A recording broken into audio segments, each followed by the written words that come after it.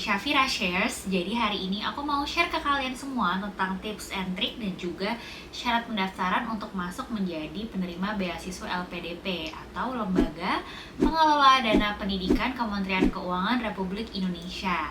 Nah, jadi waktu tahun lalu aku post nih kalau misalnya aku keterima menjadi salah satu awardee LPDP 2021 di Instagram, itu banyak banget nih yang DM nanya gimana sih caranya, terus apa sih yang mesti disiapin. Nah, yuk kita bahas satu-satu dan aku akan coba untuk membuatnya seringkas mungkin supaya teman-teman mudah memahaminya dan juga nggak terlalu lama ya untuk dengerin. Oke, sebelum kita ke syarat-syarat pendaftarannya, kita bahas dulu mengenai periode pendaftarannya ya teman-teman.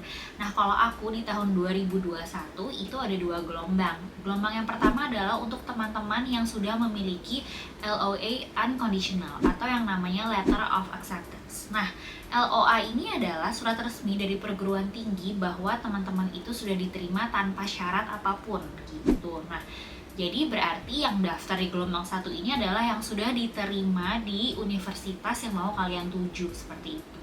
Nah, yang kedua, gelombang 2 ini adalah untuk teman-teman yang belum memiliki LOA Unconditional gitu. Nah, nanti teman-teman akan pilih 3 perguruan tinggi atau universitas yang mau teman-teman tuju, tapi teman-teman belum keterima di universitas tersebut, kayak gitu ya. Oke, nah karena aku yang gelombang 1 tahun lalu, yaitu aku sudah memiliki LOA Unconditional, maka aku salah satunya harus disiapkan adalah surat resminya itu yang harus kita mintakan di universitas kita. Tapi selebihnya itu sama aja pendaftarannya ya, syarat-syaratnya. Oke, aku akan bahas mengenai 3 step pendaftaran LPDP. Yang pertama adalah seleksi administrasi, yang kedua seleksi substansi akademik dan kebangsaan, dan yang ketiga adalah seleksi wawancara. Oke, kita akan bahas satu persatu mengenai seleksi administrasi dulu ya. Nah, seleksi administrasi ini tahun lalu itu periodenya dari awal Mei sampai awal Juni, jadi sekitar hampir 1 bulan lah ya. Nah, di sini teman-teman akan diminta untuk mengisi atau mengunggah CV, KTP, ijazah, transkrip, dan juga LOA tadi kalau misalnya teman-teman sudah diterima ya. Yang pertama tadi adalah CV. Nah, CV ini isinya teman-teman akan tulis langsung di websitenya LPDP, yaitu kurang lebih ada 6 yang mesti disiapkan atau diisi di website tersebut. Yang pertama, riwayat pendidikan dengan IPK teman-teman itu berapa. Nah, kalau untuk LPDP minimal untuk magister ya, itu 3 ya IPK-nya. Lalu yang kedua, riwayat pekerjaan dengan posisi jabatan dan pendapatan. Nanti teman-teman akan isi juga itu. Yang ketiga, riwayat organisasi. Yang keempat, jenis pelatihan atau workshop yang pernah teman-teman ikuti. Yang kelima, judul riset yang pernah teman-teman lakukan. Dan juga yang keenam adalah seminar apa saja yang pernah teman-teman ikuti.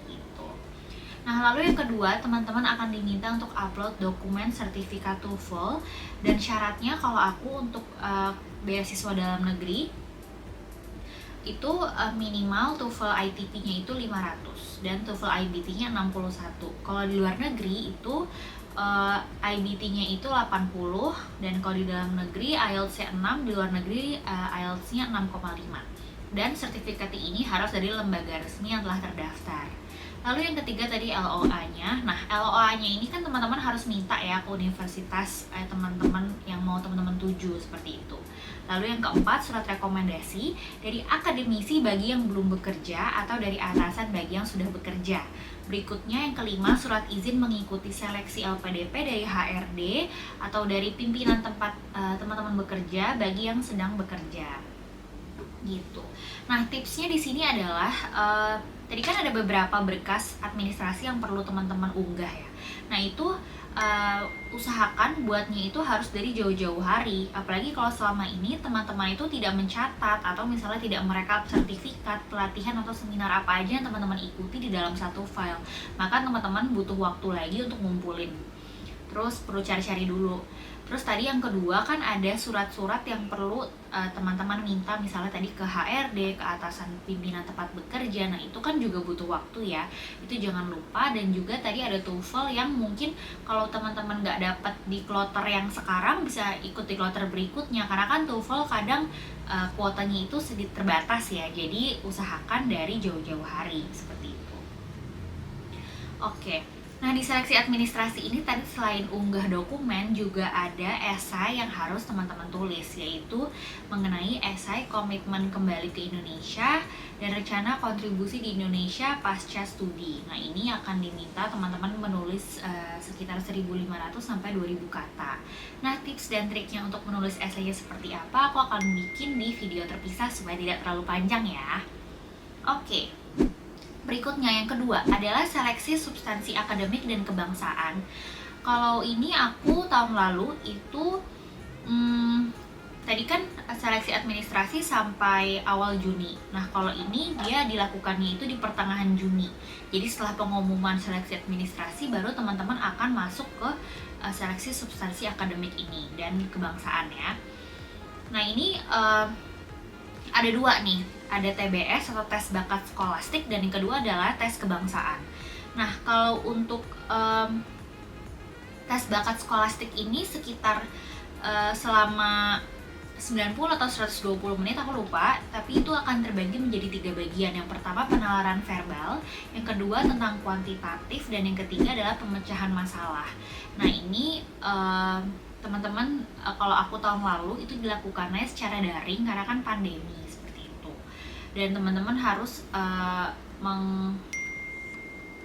mendownload seperti program dari LPDP-nya dan nanti akan teman-teman gunakan program tersebut untuk ujian TBS ini.